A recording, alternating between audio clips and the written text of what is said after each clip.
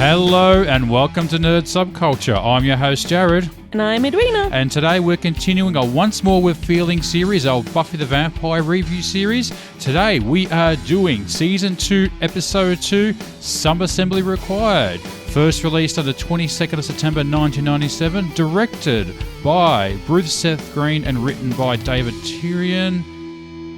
This is a full spoiler podcast, so I'm a huge fan of Buffy, and I have seen the show multiple times. Jared has never watched the entire series all the way through. Don't wanna. But he does know where it ends up, so it is full spoilers. And can Eddie convince me it's the greatest show of all time? I think I can. I don't think you can. I think you're failing miserably on this one. Not going to happen. So, yes, revisiting this episode, Eddie, what did you think? Yeah, the only word really to describe this episode is filler. Yeah. Filler episode. Yeah, I would have said that too, actually. They use the Frankenstein monsters trope. Yeah. Or it's Frankenstein's bride. Oh, we had Bride of Frankenstein. Bride of Frankenstein. But they switched it around a bit. Yeah. Oh, no, they don't. Actually, it's exactly the same. Yeah. Yeah. And it won't be the last time you see this trope used in Buffy the Vampire Slayer. It becomes the entire arc of not really a season. supernatural, though, is it? Though there's nothing. It was more, mad science than supernatural causality to this episode. Yeah, but as I said, they like their old.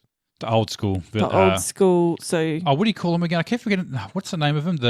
You got the Dracula mummy. There's a name for those. The Universal monsters. Is that it? Universal monsters. Yeah. So they love the Universal monsters, and you'll see quite a lot of them during this season, actually. Yeah. Is there a mummy one? There is a mummy one. I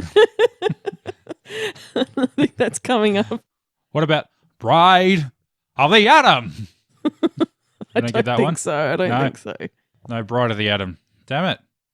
Although I think there was a Plan 9 from Outer Space reference in here, actually. I might bring that up later. This episode it's all right. It does have some good character development moments.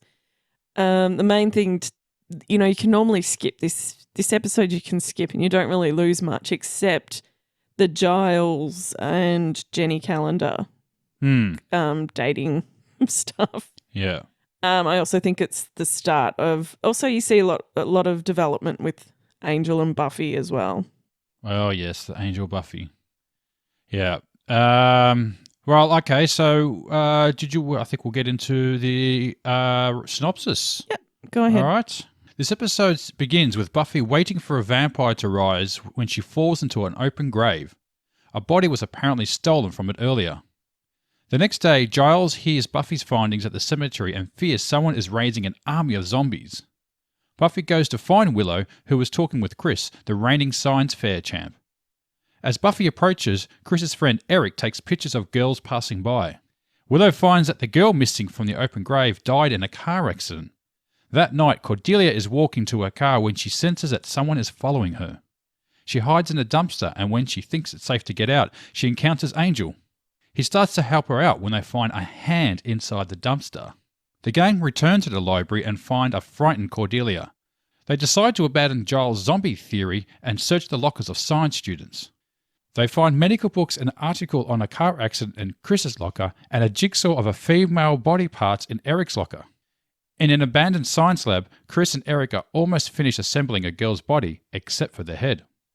Eric lines up 3 candidates, Buffy, Willow, and Cordelia. Chris's brother, Daryl, comes from out of the shadows, showing a grotesque appearance, and chooses Cordelia. Daryl was a popular athlete who died in a rock climbing accident years ago, but he was revived by his brother and promised a stay-at-home companion. The next day, Giles stumbles as he tries to ask Miss Calendar out, but she ends up asking him to the football game instead. Meanwhile, Buffy and her friends discover that Chris and Eric must actually kill a girl to gain the head they need. Buffy finds a lab in Chris's house and discovers their target. In the locker room, Cordelia is getting ready when Chris comes up behind her. Eric places a bag over her head, but is fought off by Buffy. After Cordelia leaves, Chris tells Buffy about Daryl. They head back to his house only to find Daryl gone. As Cordelia goes to a water fountain, Daryl drags her away. He and Eric head to the abandoned science lab where Eric plans to behead her. At the game, Buffy and Chris realise they arrived too late, but Chris tells her where to find Eric. Meanwhile, Willow and Xander crash Giles' date. Chris tells them what happened, but Buffy rushes to the old science lab. In the ensuing fight, a burner is knocked over and starts a fire. Xander arrives with the rest of the gang and gets Cordelia out. Giles and Willow drag out an unconscious Eric. As Daryl is about to kill Buffy, Chris stops him. Daryl decides to die beside the unfinished girl's body parts when everyone else escapes. And everybody lives happily ever after. The end. Yay. And there might be a boring conversation with Angel and Buffy. yeah, I said something, but who cares? So, right. So the whole Frankenstein theme, story, ripoff, homage, what do you want to call it? Homage. Yeah, well, it's probably, you know what, the truth is it gets done better later in season 4. Okay, right. Spoiler. Well, we already had the spoiler alert. I honestly think it's done better it makes more sense in season 4. Like, this doesn't make a lot of sense. Like, why did they need multiple bodies? I don't really get it. Well, just a live companion would have been better. I suppose you couldn't just kidnap a girl and rape her. So they had the whole thing. Oh, we had. So maybe parts might have been damaged in the car accident. So that's probably why they've pieced them together. Yeah. But then they had to kill someone to get the head. Like, it was just a bit pointless. Yeah. They've gone all this way. Let's just kill someone now. Yeah. Yeah. Yeah, it didn't make a lot of sense, really. No.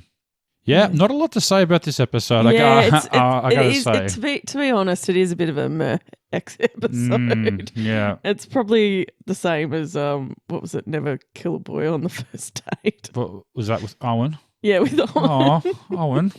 Poor Owen. Poor Owen. The name for this is some assembly acquired, so it's sort of a little play on the little note on furniture, how you might have to assemble it at home. Yes. Yeah, because that's what I think about is like putting girls' body parts together. Oh, that really hits home on that one. And not, to assemble in one place. Yes, I forgot to mention in last week's episode that Angel is now in the opening credits and Anthony Stewart Head now does the prologue. Does that prologue stay or did I get rid of that eventually? I think they do eventually get rid of it, yeah. Because I don't remember ever seeing that prologue. It's quite inconsistent because they didn't have it at the start of last week's episode. And now it's back. Now it's back. Giles. With Giles doing the... there, as I said before, there are some nice character moments. Like you sort of see the start of Jenny and Giles's relationship developing, and pretty much every line that comes out of Miss Calendar's mouth is just gold. Yeah. I'm surprised I don't get her involved more often. Like, they kind of seem like they're ducking around just sometimes, like not getting her to help. No, they do end up getting her to help. Yeah? Yeah. Oh, okay. Yeah, I think now that we're in season 2, that she's far more prominent. You do also get possibly the start of the Xander Cordelia relationship as well. Like, it's... So did they start dating? Yeah. I thought you knew that. No, I didn't know that. Okay. Yeah. Oh, okay. That'll happen this season. So in this episode, you see Cordelia, like, she's actually approaching Willow and Buffy and she's going into the library to see them. Yeah. Like, she's approaching them now more.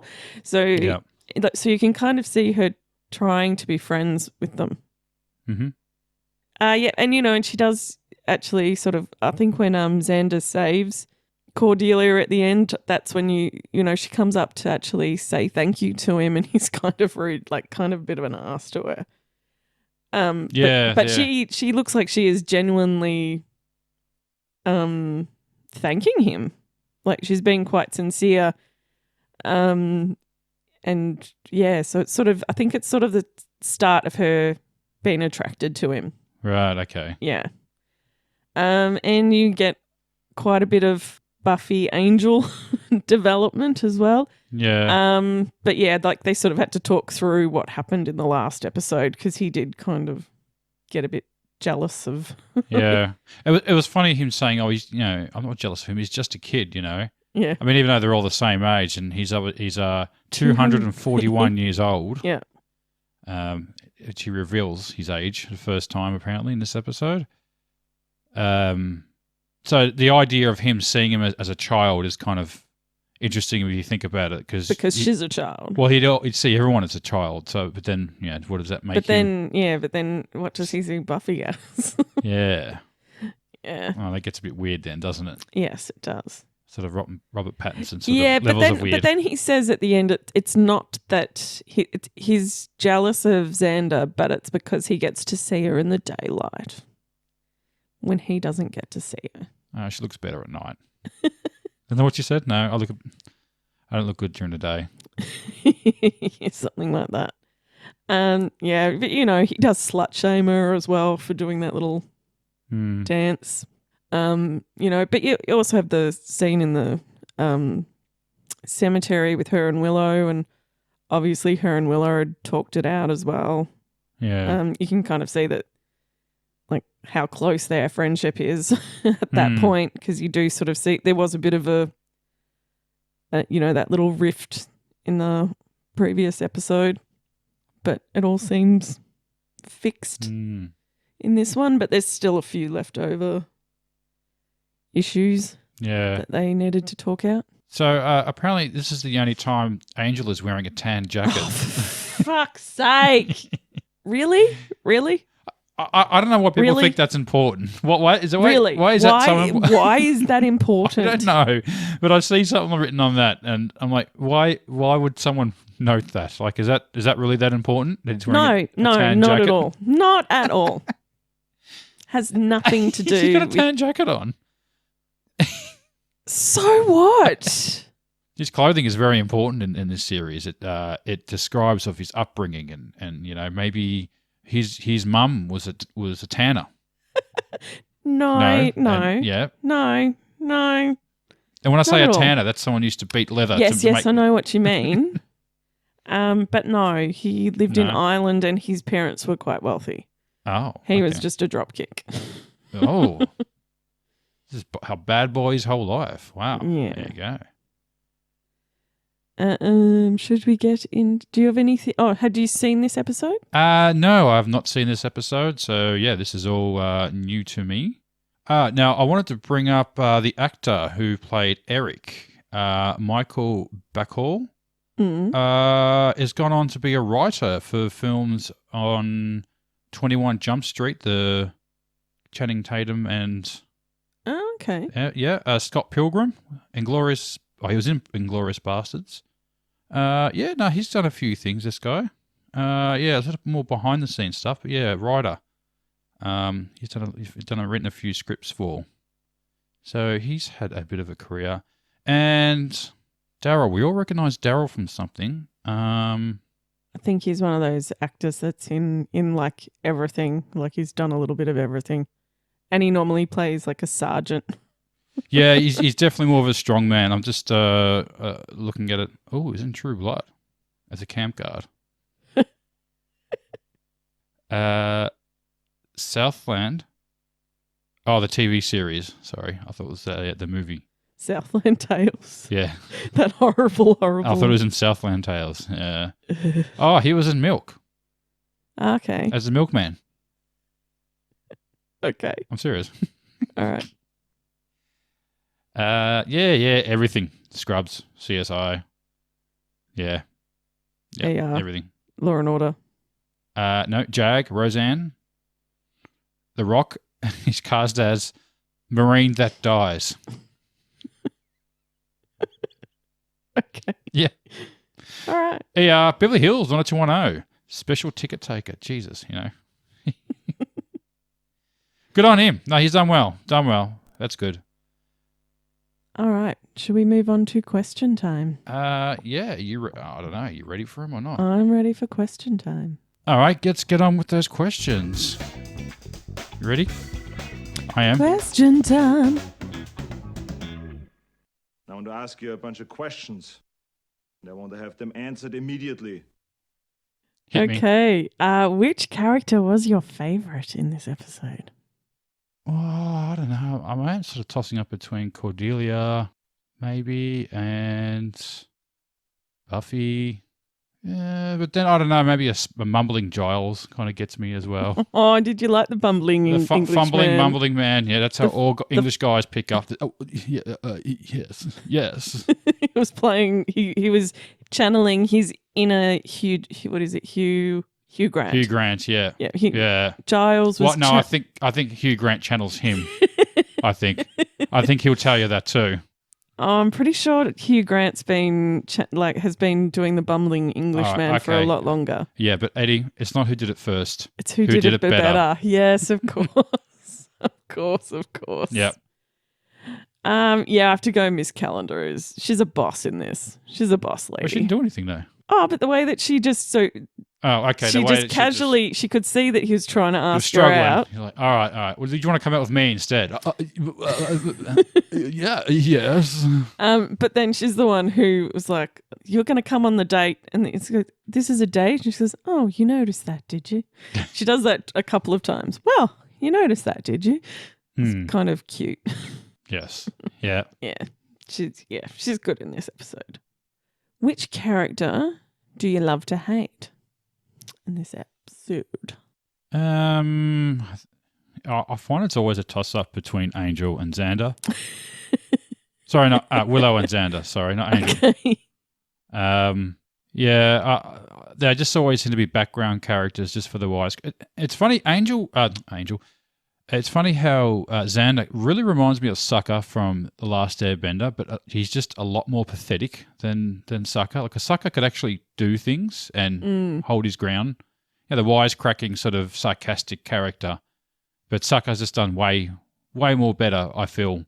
But I think they both have a similar character arc in the end, don't they? They do get a little more serious and... Not really. No? No. I actually think Xander gets worse. Oh, really? Okay. Yeah. Wow. I'll go Willow. She probably did less. I'd probably go with like Eric, the creepy guy taking the photos. You don't take a girl's photo without her knowing that you're taking a photo. Unless you're a paparazzi, then you can do it all you want. Oh, it's just so creepy.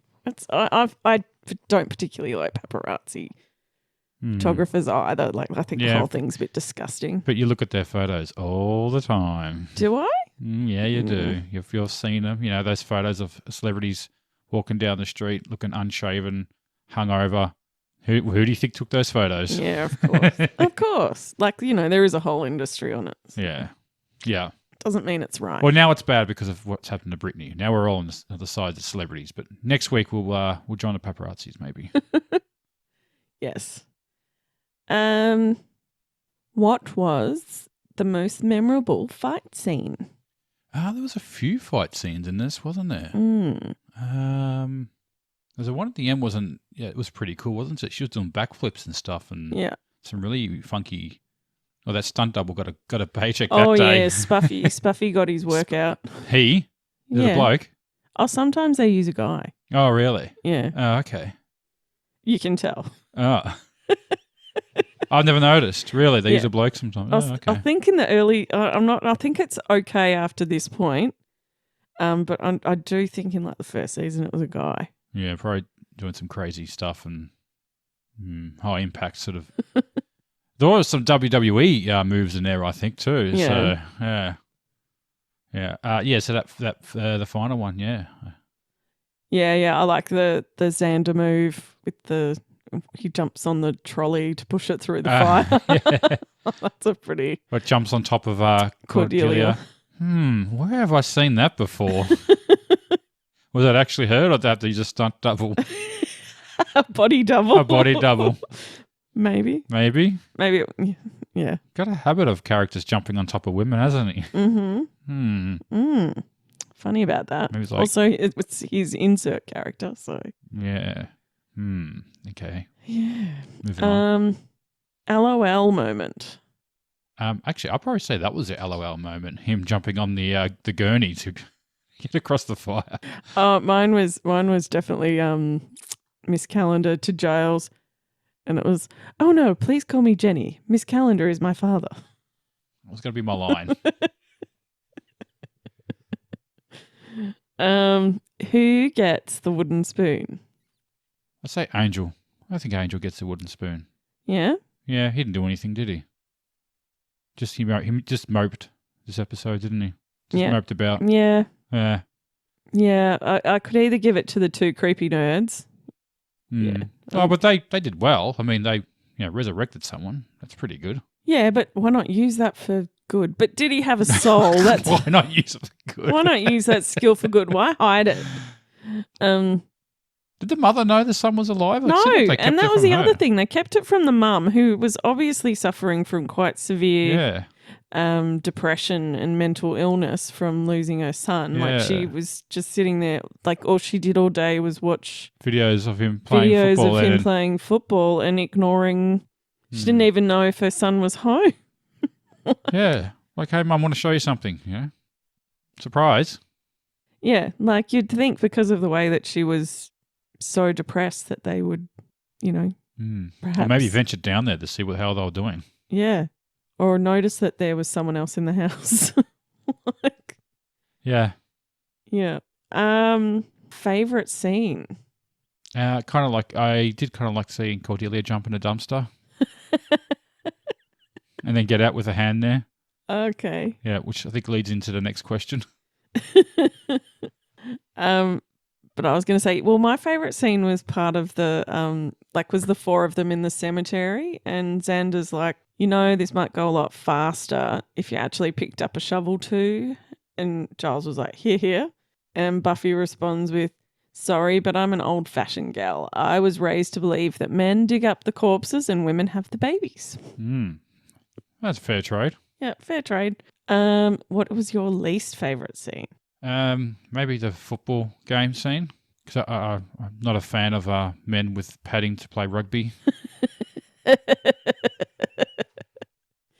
I just dissed all American listeners there. But Giles is onto something there, maybe. Yeah, I'm pretty sure. Yeah, because I remember watching it going, he is onto something. Because we're from Victoria, but we don't really follow. I like NRL. rugby. Yeah, I like rugby. NRL. Yeah, that's the northern states of Australia are more known to play that, and but there's also different Aussie rules. What is it? There's also different types of there's rugby. different codes of the same sport, which it gets a little annoying. So you got rugby league, you got rugby union, and then you do have like Super Sevens as well, which is just what they have. Super 13s or something. The Super 13 or the Super Rugby. That's rugby union, union, but that's between three countries: Australia, New Zealand, and South Africa have 4 teams each, or 4 or 5. I'm not sure. I think it's 5. There are 5 teams in each. Yeah, 15 teams. Yeah, we're not rugby experts, no. but rugby's pretty violent, and they have to have gaffer tape around their ears to keep their ears them on. Yeah. That's your padding. That's your padding. Yeah. There's no helmets. Nothing. No. And they do fully slam into each other as well. Oh yeah. Yeah. Yeah. So no padding. Then you got AFL, and they don't have anything either. Aussie rules football. My team, the Melbourne Demons, 3 in a row. Can I mention that? Just got to mention that. I had to mention that. Yep, 3-0. Good start to the season. Oh, good that you can actually watch it. Yes, and we can watch it too. Yes, and you can go to it. You actually went to a game. I know. Yes, I know. How amazing! It was good actually. Did you have to wear a mask? I forgot to ask that. No, I didn't have to. No, yeah. My least favourite scene was Angel slut-shaming Buffy about the dance with Xander, and he's like, danced with, more like mated with would be closer. That's slut. She was doing that on purpose, though. She was grinding on him and like knowing he was standing right there. Yeah, that's still slut-shaming. She just did a dance. I'm not getting sucked into the slut-shaming argument. She just did a dance. Just an innocent dance. Just an innocent little dance. Yeah. To deliberately make him jealous. Mm-hmm. Yeah. I don't know. Thought he was being a bit harsh. Anyway, I did not like that scene. Okay. All right. That's fine. Yep. Favorite quote. Well, mine one was the, you just mentioned it before, the Miss Calendar. Oh, no. My father is Miss Calendar. What? Call me Jenny. Call me Jenny. My father's Miss Calendar. No follow-up question on that too. No. Yeah. I'm not sure whether she said a line wrong or they just left it in there. Like, actually, no, that works. Yeah, I like the love makes you do the wacky. They use it several times as well. Who said that? I think Buffy says it, but I think Willow says it first to it's in the cemetery. Willow says it first to Buffy about the way that Angel was behaving because he's been a bit wacky. Oh, yeah, he's been very wacky lately, hasn't he? Yes. A little too wacky, if you know what I mean. And yeah, and then Buffy says it to Angel over the incident. Yeah. Anyway, doesn't really matter. Okay. Who's the MVP of the episode? Oh, it's just always going to be Buffy, though, isn't it? I think. Yeah. See, I was gonna give it to Xander, but then he does that kind of rude when Cordelia is like thanking him for saving her, and he's like, he's really rude, and he says something like, "We're talking here." Yeah. Which I'm just personally, I hate when people do that. When you try to speak to them and they say, "We're having a conversation." I really hate it. Okay. It's, all right. it's I can't stand when people do that. It's so rude. It's so rude. It makes you feel like shit when people do it, and it's done deliberately to make people feel like shit. So, yeah. And she was trying to be sincere. And she's like, "Oh, fuck you then." Yeah, so it's going to go to Buffy because of that. Yeah. Best Cordelia freakout moment? Oh, that was going to lead into with the hand, the dumpster scene. Yeah. I'm actually going to go with the one at the science fair, like when she has to sign up for the science fair because she's been forced to, and she says the line, "I don't think anyone should have to do anything educational in school if they don't want to." Yeah. Yeah. Though I could have also gone with I have to go home, shower, and burn my clothes. After getting out of the dumpster. Yeah. And what do you rate this episode out of 10? Using something from the show. Okay. I rate it 2 severed hands out of 10. Which is not 10. I got my hands up, but 2 severed hands. I was going to go four dead cheerleader heads. We got pretty morbid on this one, didn't we? 4 dead cheerleader heads. Oh, dear. Yeah. Oh. Yeah. That's gruesome. Yeah. No, it's a write-off this episode. Definitely was a write-off. Yeah. Didn't really find anything. Yeah. Well, they'd had a few good lines from especially Miss Calendar and yeah, there were some good lines in there, but overall, the episode doesn't really make a lot of sense. No, don't think about it too much. Yeah. That's the whole point of this, is to think about the episodes. So, yeah. I like that. All right. This wraps it up for this week. All right. Hope you enjoyed it. Remember to like, share, subscribe. We are on all the socials now. So we are on Instagram, TikTok, Twitter. There is a Facebook page. Hit us up. Yeah. Send us a message. I make funny memes sometimes. Yes, we'll be memeing it up. So like them. Support us. See you next time. Bye. Okay, bye. Grr.